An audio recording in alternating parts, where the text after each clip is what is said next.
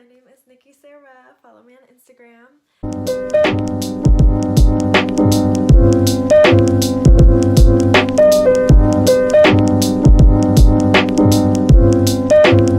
I wanted to make a video today about the research that's important to do before you decide to get breast implants.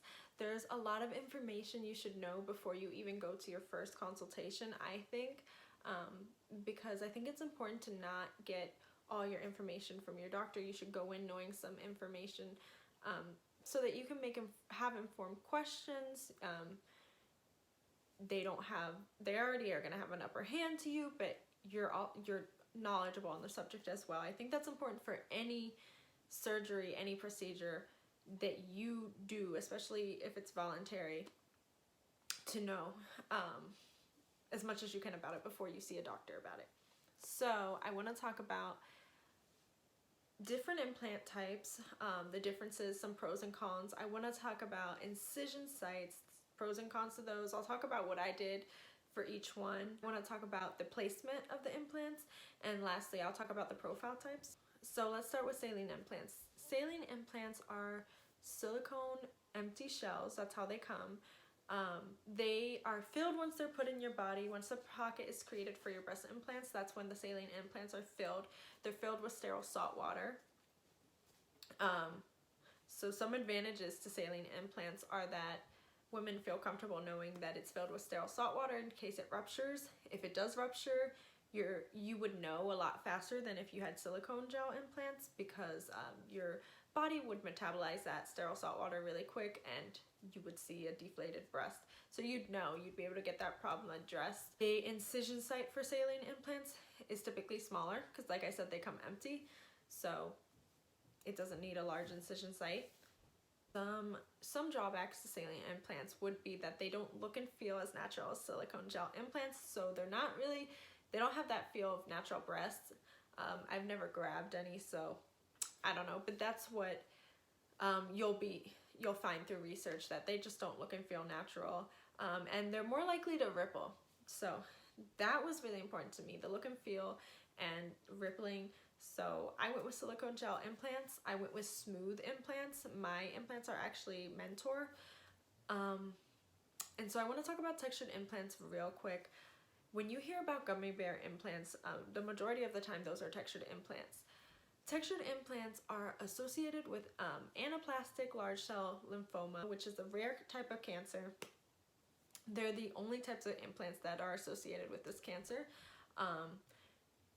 And in September of 2019, I think there was about 33 reported deaths from this cancer, and there was about 780 cases of the cancer from these implants. So something to consider when I went to all my consultations, and that's why I say it's important that you kind of do research before you go to a consultation. I went to 4 consultations. I probably had 2 doctors who tried to push textured implants on me, thinking, because they typically, the gummy bear implants are said to be the most natural looking implants because they're teardrop shaped.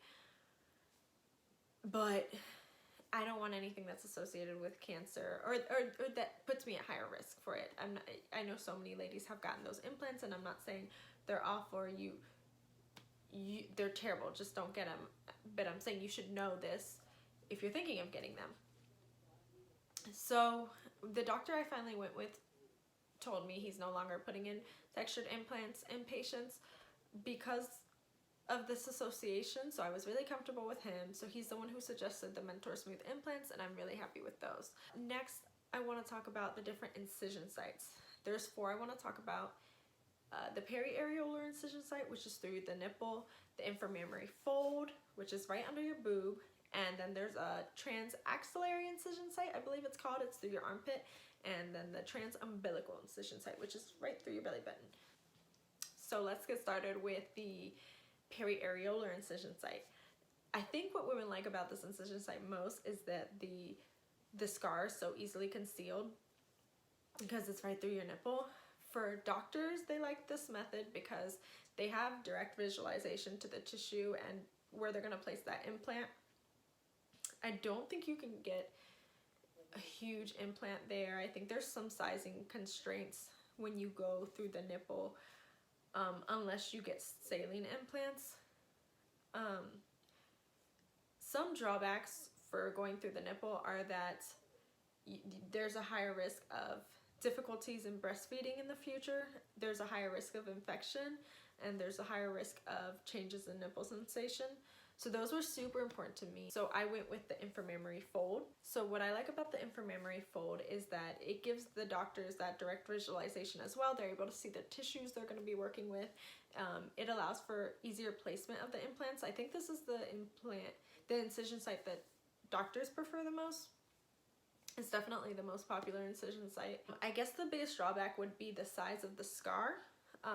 But you can get any size implant through that incision site. So if you're looking to go really big, that might be the best incision site.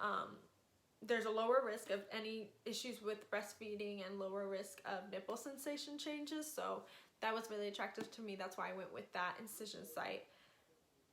The next incision site we can talk about is through the armpit. So this incision site is not super popular. The doctor has to create a tunnel from your armpit over to where he's gonna put that implant. He doesn't have great visualization there. The recovery can be a lot more difficult on the woman. It could take a lot longer. If she has to get a revision surgery, she can't do it through the same site. There's a higher risk of bleeding and bruising through this incision site. And placement is just more difficult for the doctor. Lastly, I'll talk about through the belly button. I think this is the least popular incision site. Doctors do not really prefer it. They don't have that visualization. They have to create a tunnel just like through the armpit. The biggest risk is poorly placed implant. The biggest advantage of through the armpit and through the belly button is that the scar is so easily concealed. And to some women, that's really important.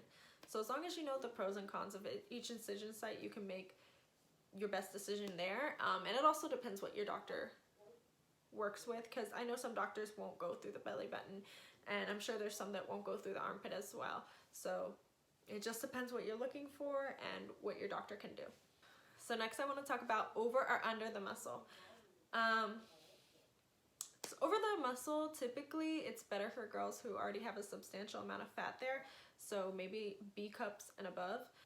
I think what I liked most about when I read about over the muscle, it was that the recovery is shorter, it's less painful for the woman, and you can see the results much quicker.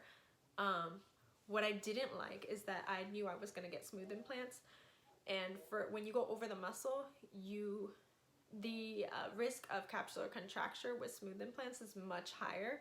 And I'm sure you guys know that capsular contracture is probably the biggest risk from breast implants as it is, or the most common risk.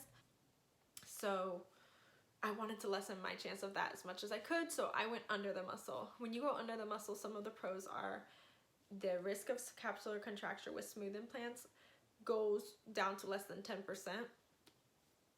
Your muscle is able to support that implant, and therefore it's less wear to your skin. The recovery is longer, more painful, and it could take 6 months or more to see that final drop. Like I said, I went under the muscle. It's been about 3 months. I'm on my 3rd month. I got it done the very last day, or the second to last day of February, and we are in May, so I'm in my 3rd month, and yeah, I think they've dropped beautifully, so I'm happy with my decision. And when you go over the muscle as well, you are more susceptible to rippling, and if you need to get a concurrent breast lift procedure, or if you have to get one in the future, there's like some complications with maintaining blood flow to your nipple, so I think it becomes more complicated if you have to get a breast lift as well. So that's something to consider. And lastly, when you get over the muscle, you have an increased risk of your implants bottoming out, as well as an increased risk of mammogram distortion. So under the muscle lessens those risks, so important to know. Lastly, I'm going to talk about the profile types. So generally, there's the high profile, the moderate profile, and the low profile. The difference between highest to lowest profile is that the higher profile you go, the more narrow the implant will be, and the more projection. So the lowest profile is going to be the widest, and it's going to be the least projection. It's just going to be kind of the flattest one, but it's not completely flat. So from my research, what I found looks the most natural are moderate profile implants. So that's definitely what I wanted to go with. When I went to the doctor, he took my measurements, he listened to what I was looking for, and looked at my body type and told me what would look best on me for the results I wanted would be high profile implants, just because I was too narrow to get some wide implants. Even the moderate profile were a little too wide for me. He said I would have too much side boob. It would look a lot less natural than high profile implants on me. So I listened to my doctor and I got high profile implants, and I'm so happy about it because I love them. So it really depends on your body type, your measurements, and what your doctor works with, what he tells you. You tell him your goals and he'll work with you on what you can get. Some women do want a lot of side boob. That wasn't my goal. So the last thing I want to talk about before I let you guys go is breast implant illness. I don't want to dive too deep into it because it's a really big topic, and you should do your own research on it. If you're thinking about getting breast implants, I strongly advise you do your research on breast implant illness, just so you can be aware, you can make an informed decision. Doctors are not going to talk to you about this. So breast implant illness is characterized by like negative health effects that are as a result of your implants. It affects it causes a lot of autoimmune issues. Some symptoms I'll talk about that I read about were extreme body odor, body sweating, weight gain, newfound food allergies, newfound diseases in your body, a lot of illnesses. I don't know if I said memory loss, vertigo. There was so many symptoms. A lot of women reported it got so bad they lost their jobs, they were in severe depression. So I think it's important to do a lot of research on it. You can visit the Facebook page on it. You can watch some videos on it on YouTube. That's what I did. And then you can decide if it's something you still want to go through, or, you know, or if not. I just advise that everyone know what they're getting into, or just any possible risks associated with anything they want to do.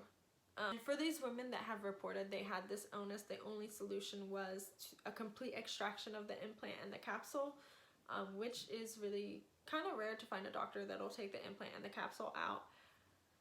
So yeah, I just wanted to talk about important things to think about before you go into your first consultation, just so you have some knowledge there, and have an informed conversation with your doctor. I hope this video was helpful. Subscribe to my channel, comment, let me know what else you'd like to see. I am going to make a recovery video from my breast implant journey. I can make one soon because I feel like they finally have dropped to their position. So I'll be doing that soon. Yeah, comment, like, subscribe.